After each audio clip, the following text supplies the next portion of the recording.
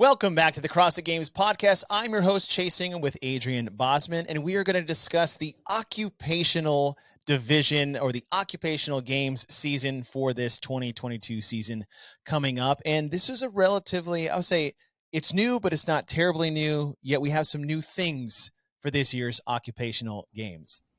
That is right. So the format is going to be pretty similar to what we've done in the past. All occupational athletes are going to start at the Open, just like everybody.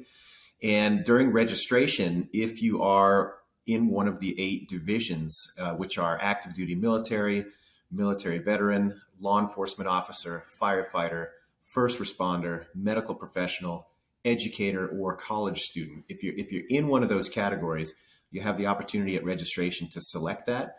And then you'll be entered into that division in addition to whatever other division applies to you. So if you're an age group athlete, you'll get entered into that division as well. If you're just an individual competitor, you'll get entered into that division as well.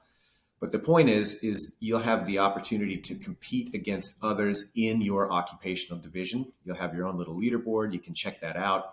And if you're on the top of the heap in that top 10% coming out of the Open, you'll advance to the second stage of competition at the Occupational Games online. And that'll take place during the quarterfinals in April. So April 21st to 24th. So the fittest in your field of these 8 different categories. And so just like the quarterfinals, the top 10% in your occupational division, and then competing at the same quarterfinal time, how are you guys separating the two? Say it's like, look, I qualified age division or individual or team. How are you guys separating that? Is it going to be different programming altogether, or will it be part of a certain demographic? It's a great question. So if you think about quarterfinals, you can kind of think about it across the 3 different weeks that they're being held. The first week of quarterfinals will be individuals. Then there'll be a week off. Then the teams will go, then a week off, and then the age group and occupational athletes. So the age group and occupational athletes going at the same time, they will share the same set of workouts. And so if you are qualified in multiple divisions, that's how it's going to break down. The individuals have different programming than the teams. The teams will have different programming than the age groupers, but the age groupers and occupational will share the same programming. I like that, because now you don't have to pick and choose between one or the other one, especially if it's on the same weekend and it hits, Exactly. 2 birds in one stone. So that's and that was part of the thinking, is that we want people to be able to compete in effectively as many divisions as they qualify for. So, if you're an occupational athlete, let's say you're a firefighter, you're really fit, you're 37 years old, it's possible that you could qualify as an individual on your affiliate team as an occupational athlete and as an age group athlete. I mean, that hats off to you. That's pretty awesome. So in that case, if you wanted to, you could compete during the individual quarterfinals week 1, have a different set of workouts to do a couple weeks later for the teams, and then another set to do during the 3rd week with age group and occupational. If we had a second set for that shared weekend, I mean, that would be a tall order for those people that qualified in both categories to have to effectively double up. Now, when you say you advance from the top 10%, now when you go individual, which is a different weekend, as you said, than team and then age groupers, those are 3 different things you still need to register and sign up for in those 3 different weekends if you do qualify for those. For the occupational and age group, will that be kind of a combined weekend? So like you sign up for the age group / occupational, or do you have to do 2 separate signups for those? That's a great question. And you might need to, flag an edit point right now, Chase, because and I don't want to, I'm not withholding anything, but we literally do not have an answer, because the technicality of, can our system handle like an auto enroll when you pay once and it is smart enough to put you into 2 divisions? Do we have to do that manually? Like, we're still sorting that out. So I don't know. I don't know how it's going to shake out. Yeah. It's a great question and a totally valid one, but I don't have an answer yet. So. Okay. Sorry, man. No, you're good. You're good. I'll just start over at the top 10%.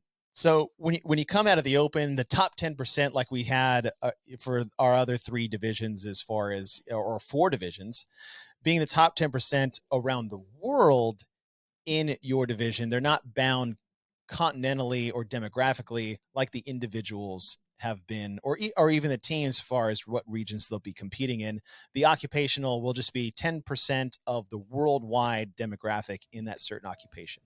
That's right. And so you can think about it one of two ways. The individuals and teams are going to be advancing based on continental region and citizenship. Age groupers and occupational athletes are worldwide within their division. So there's no restrictions on geography or anything like that within those divisions. So kind of a split there. Now, when they do the quarterfinals, as you said, they're competing at the same time quarterfinals with the age groupers, and the programming That's right. will be the same. So if they do make both, they don't have to choose one or the other, where they would forego one versus the other, which I think is excellent. From that 10% on quarterfinals, what's the next step there? Well, so after the quarterfinals, which will be the occupational games, we're going to take those winners and they will be announced as the fittest firefighter for that season or the fittest law enforcement officer for that season, etc. So that is kind of the final stage for those athletes. Start at the open, prove yourself there, get into that top 10%, lay it on the line during the occupational games. And, if you're at the top dog, then good on you. I like that. Yeah. That adds a bit more intensity to the competition, especially on the occupational side. Whereas the age grouper is like, listen, they do have a Yeah. semifinal to qualify for, and maybe they're casual enough to be in the top 30. I'm not sure what that actually feels like to be super casual to make a top 30, but like you said, is the advancement that you have, especially on the age grouper side, is that is going to be a test that is appropriate to move 30 age groupers and determine who the top in their occupational field is out of the quarterfinals. Right. Yeah. It's going to be fun. It's going to be a great series of tests. I think everybody's going to enjoy them. A lot of the testing data that's coming back is pretty fun to look at and play around with. So I'm really excited to see what these guys do with it when it comes time to put the rubber to the road and have the game day happen. One thing I do want to talk about, Chase, is just the divisions themselves a little bit because we have expanded some of them and we've added some new ones as well. So active duty military, that's one that's a standby from previous years. What we've added this year is a military veteran category because we noticed that there are lots of people that have prior service that want to get involved but couldn't because we didn't have a division for them specifically. So really excited about that one. That's a great add this year. Law enforcement officer and firefighter, those are standovers, standbys from from the last time we've done this. The first responder category has expanded, and so we wanted to make sure we included paramedics and EMTs and other people that are in that first responder category that might not fit neatly into a title like paramedic that we've had in the past. Same with medical professional. We recognize that there's a huge range of people within that field, and we want all of them to feel like they're able to have a competitive outlet. And then the same thing with educator. Teacher is just one aspect of the education system, and we wanted to recognize that there's lots of people that work in and around that world that definitely should be involved in a competition like this. So yeah, it's just like every other division. We take a look after the year is wrapped up and we ask ourselves, okay, how can we make this better for next year? What are some steps that we can put into place to make sure that we can get more people involved that are excited to do it? And so expanding the divisions and adding some was one of those steps this year. I love, again, the evolution as things go, the things we learn, the things we want to expand on. I was actually curious, is that when you talked about the active military division as part of the occupational games, what part of that do you think about when maybe making the quarterfinals for the occupational? Because were they different events last year between the occupational and age group? No, they shared, just like we were doing this year, they shared the same age group division workouts. And, part of the reason that it's a good thing that this competition is online for those athletes is exactly like you said. There's going to be some of those divisions where they're not going to have access to, a big decked out facility. It's very much going to be equipment that they have that's readily accessible. That's a little bit more bare bones. And so the quarterfinal stage in general, we're still pretty aware of the fact that athletes, they have to do this with a reasonable amount of equipment that you could find in a garage gym or a home gym or an affiliate that isn't just completely decked out to the gills with every bell and whistle. And that extends to the occupational athletes as well. We want this to be something that, like, yeah, if you're stationed somewhere, you should be able to find the equipment necessary to make it happen. There might be some things that are a little harder to come by, but at the end of the day, it's not so exotic that you're feeling left out. Oh yeah, I mean, think of like the fire department is like, listen, I'm on my 48 at the firehouse, That's right. and this is what a traditional set. How much feedback did you guys get for both active and other occupations like that, as far as the structure of maybe the programming for quarterfinals? Honestly, not a ton. I didn't have anything. A good thing. Wow, who knew? Yeah, and I'm sure that there's so many athletes that are writing in. It's difficult to take a look at everything that comes down the pipe. So it's not to say that there haven't been, but I certainly didn't hear too much about things that were dissatisfying last year that they wanted to push forward on this year. So taking that forward and saying, okay, we understand this quarterfinal stage broadly and how that can apply to something like the occupational games. And I think it fits the model pretty well. So we're going to keep moving forward with that.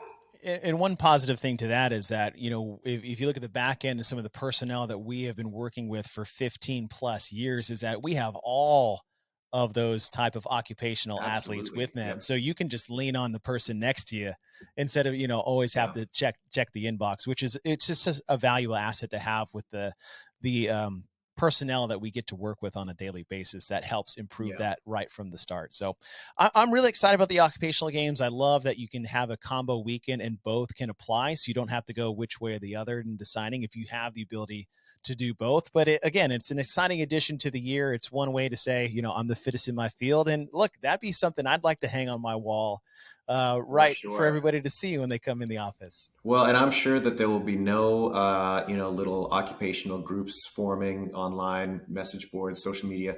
I know those groups; they're not interested in, talking smack to each other. They're generally free of that sort of thing. But no, I think the healthy competition between these groups is always really fun, and I would expect nothing less this year. I think that there's a certain level of pride within those divisions that people want to have a shot at. So it's fun to be able to offer that and give people an outlet that they can rally behind.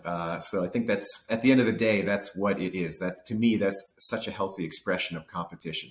You have a group of like-minded people. You can all get together and throw down, even if it's just digitally online. You can talk some smack. You can throw it on the line and have some fun and see how it shakes out. I So mean, yeah, yeah, you just saying that, I'm already going to my head as like, look, if I was say, Firehouse 37, I want to beat Firehouse 38, exactly. and I want to That's make right. sure all our firehouses beat the police department as That's right. well. And like just those type of competitions can expand greatly, which I think is one of the more beautiful expressions of the Open in the quarterfinals and this entire season. And that's exciting to hear. I love the new divisions that you guys have applied and how it's going to go through the structural season. So if you guys are in one of those occupational divisions, make sure you go to games.crossfit.com, get registered, get your unit, get your firehouse, get your department involved, and start talking some smack, but prove it on the leaderboard come February. Adrian, thank you so much for your time. It's been My wonderful to pleasure, walk through Chase. the season for all divisions, and it's just gotten me more excited than I already am for the 2022 CrossFit Games season. For Adrian Bozman, I'm Chase Ingraham, and we'll see you guys in February.